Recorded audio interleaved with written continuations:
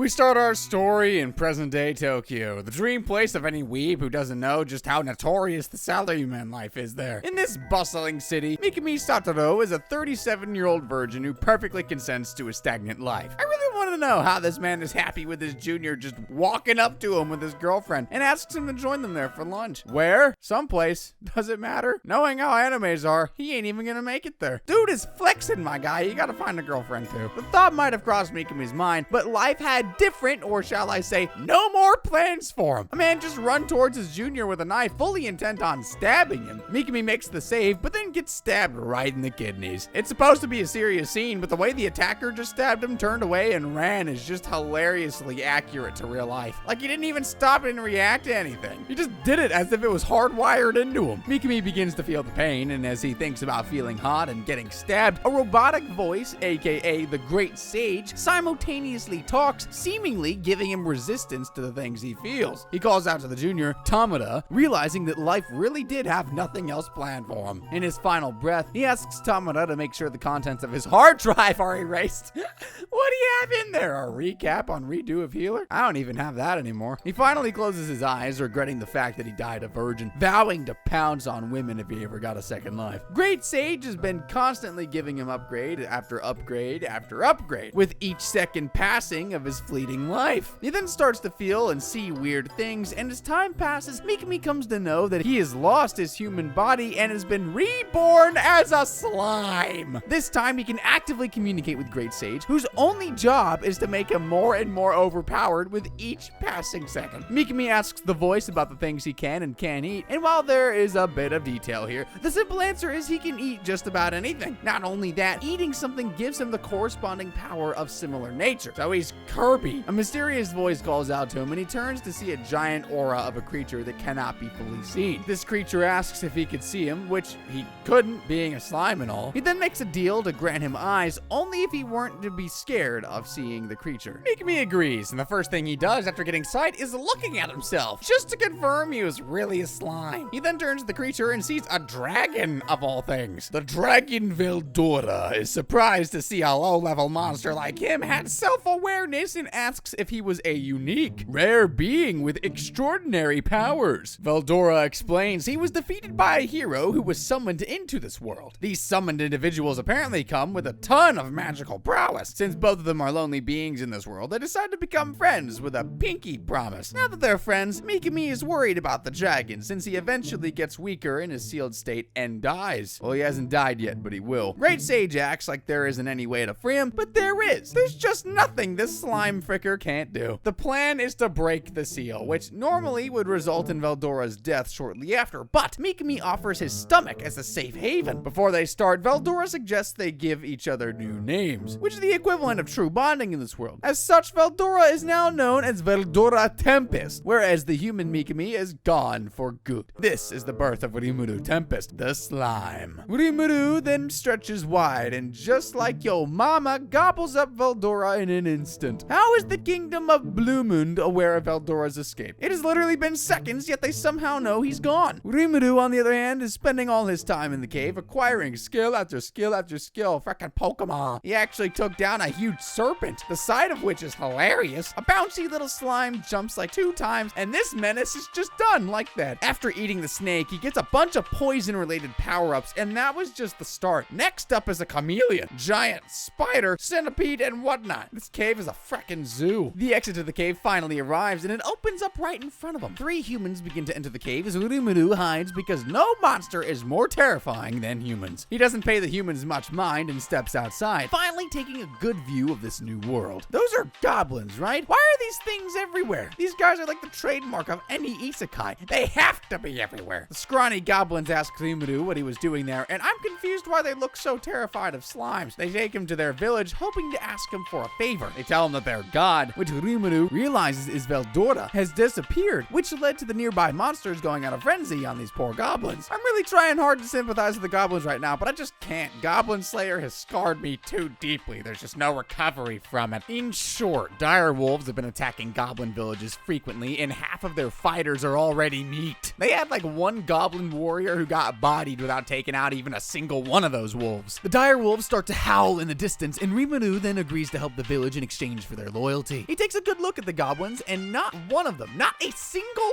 one of them, looks like they've ever thrown a fist in their entire life. Even the wounded goblins look extra defeated, like they're out for at least 5 years or so. But Dr. Rimuru fixes it by stretching himself. Nighttime arrives and the wolves are hungrier than ever as they race in a pack, thirsty for some goblin blood. The goblins put up a good defensive front thanks to the trap Rimuru had arranged. I must say, despite how cute he looks, a slime Rimuru had no chill when he water bladed the wolf lord's head in one blow. Doggy was done. He then takes on the wolf's form and threatens the other pups that the same fate awaited if they didn't submit, which is low-key abusive. For a second, it looked like the wolves would continue their attack, but no, they just give up just like that. Now that everyone is everyone's friend, the goblins have to forget that they are food and have to live together with the wolves. Since communication is imperative in a harmonious settlement, he starts to give each of the monsters a name. They go absolutely berserk over the idea of giving them a name. Most of the goblins are given names starting with Go, except for the chief, who is named Rigurd. The puppies get names of their own, with the leader getting the name Ranga. Why does it sound like the name of a failed Hollywood movie? By the time he's done giving names, Rimuru goes into deep sleep because giving names costs magic. Everything is a business one way or another. He wakes up 3 days later only to see Rigurd had become a Chad and everyone else is just big boys now. All of this because he gave them a mere name. Ranga doesn't look very different actually. He's still a puppy. A unicorn puppy to be more precise. In case of the wolves, Ranga's name was enough for all of them to evolve because they are somehow connected. So like if one of them takes a crap, everyone is relieved? Now that his whole village has grown up, there are certain rules to follow, and the most important one is that they don't attack humans. We've seen how that turns out to be. The priority now is to build the village, but the goblins suck and the wolves can only lick their own butthole, so the next step is to fetch some dwarves who are experts in the arts of crafts. So Rimuru sets off to Dwargon with his wolves in search of some dwarves. At least that's the plan, but he is more excited about seeing elves rather than dwarves because elves rarely disappoint anyone.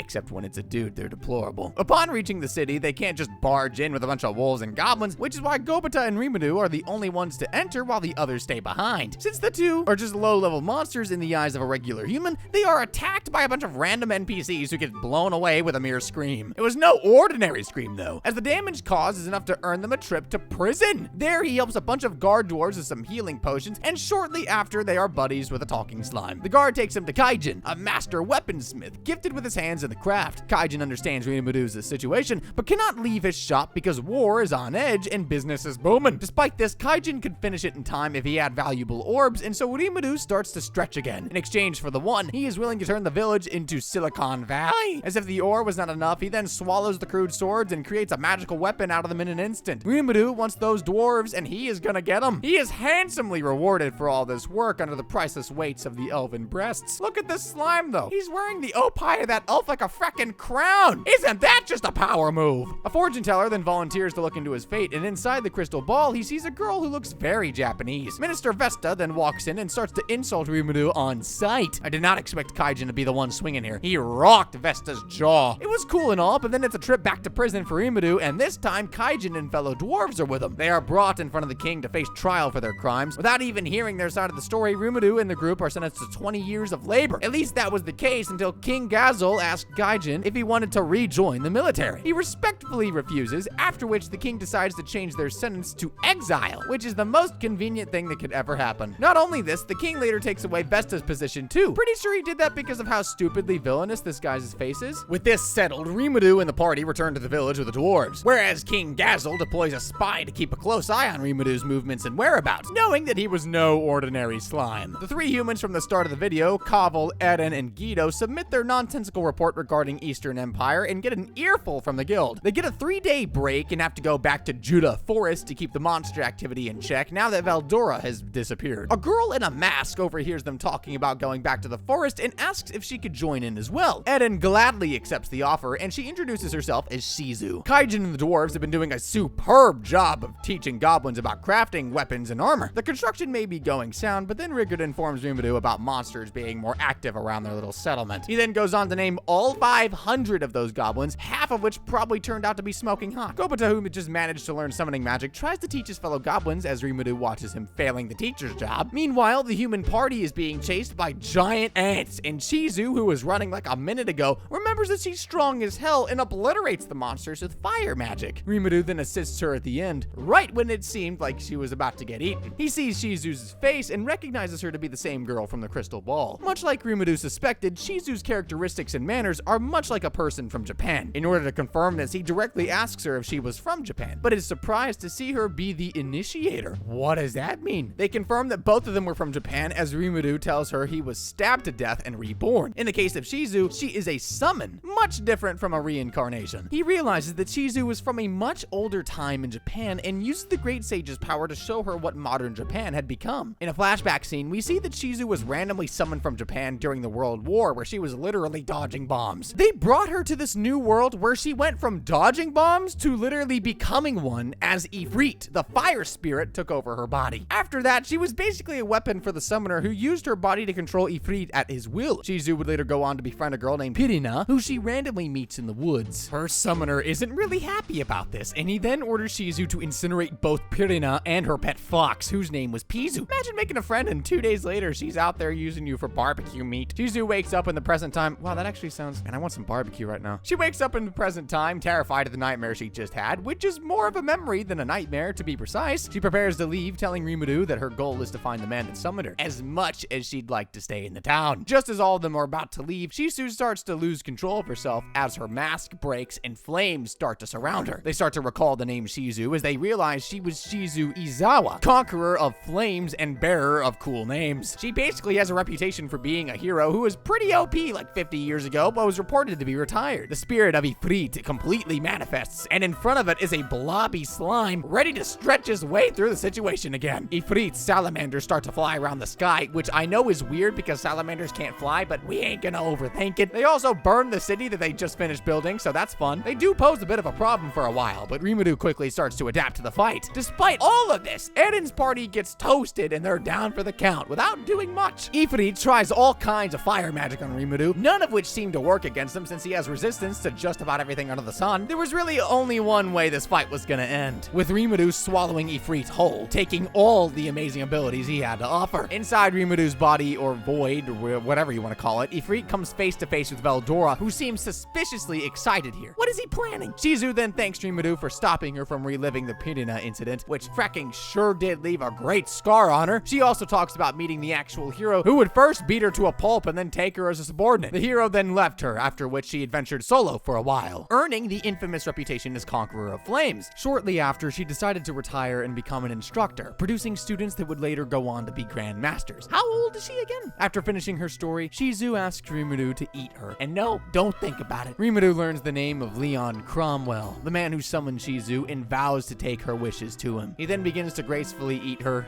and when he's done, Rimuru obtains a new human body. He looks kind of feminine here, but I'm not gonna make judgments. Why? You'll know soon enough. Eren and the party are a bit sad to hear of her passing, but they're glad about the way she chose to rest. The party of these three goofballs prepares to go back to the guild, this time with a report that wouldn't make them look like idiots. Rimuru makes sure to send them back with armor and weapons, giving them a proper adventurer look that they very much needed. With this, Rimuru now prefers to take on his human form, which I am sure he does for research purposes. Bruh, calm down, dude. Because, I mean, who are you gonna fight with that? The next thing on his checklist is to continue adventures and try to find out about Leon. Also, some random orc is walking in the middle of a desert, the details of which will be in the next part, because that's where we're gonna leave it up today. If y'all enjoyed the recap, please leave a like and hit the subscribe button if y'all want to see more. Leave a comment down below what your favorite orc is. Mine is pork, and thank you all very much for watching. Peace!